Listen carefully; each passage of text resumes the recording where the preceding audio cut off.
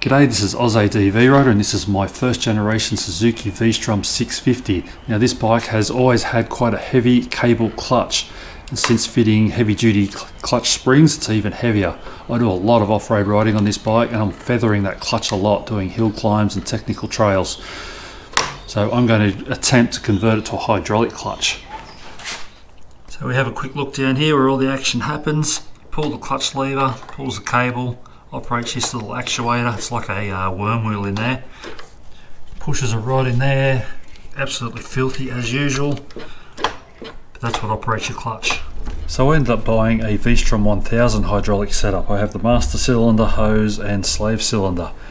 Now the distance between the two holes is the same as the 650's engine, but this diameter was too big to fit between these two lugs, so I've had to file it down to get it to fit. The other problem I had was the 650's push rod was too short, so I bought some 6mm bright bar, cut it to the length I need. It's about 10mm longer. I end up making that 118.2mm long. So that just pushes straight in. Slave cylinder fits on.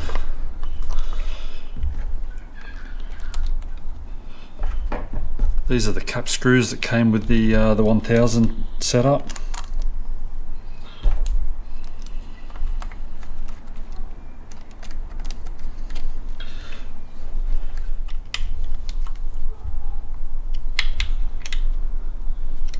There we have it. If I mark that, hopefully you can see it moving.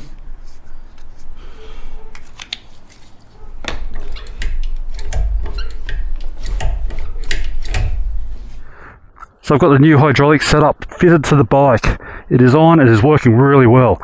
Lots of little issues you come across when you're fitting stuff off other bikes. Just a simple little one. This part of the lever was rubbing on that. It was actually catching. I filed a bit off it. Yeah, still catching a little bit. Another issue, sprocket cover no longer fits. I never really liked the original one when I was going through a lot of mud and stuff. It used to actually fill up with mud. So I want to have a more open cover on that. Let the shit out, but otherwise working really well.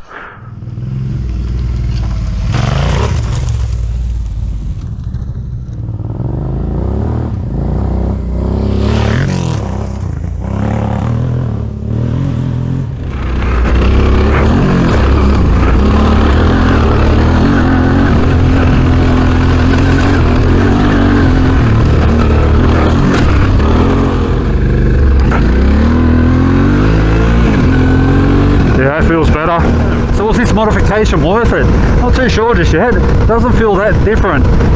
I'm liking the fact that I don't have that play in it now. I can find gears easier. Still a little bit stiff feeling. I'm going to, I think I'll change that lever to the same style I had on there. It is still rubbing on that switch block, which isn't helping. I've had it for about a year sitting there doing nothing too, and I don't know how long it was sitting around before I bought it, so the seals might be gone. Wouldn't hurt to put a seal kit through it. I think I'll get a bit more feel out of it.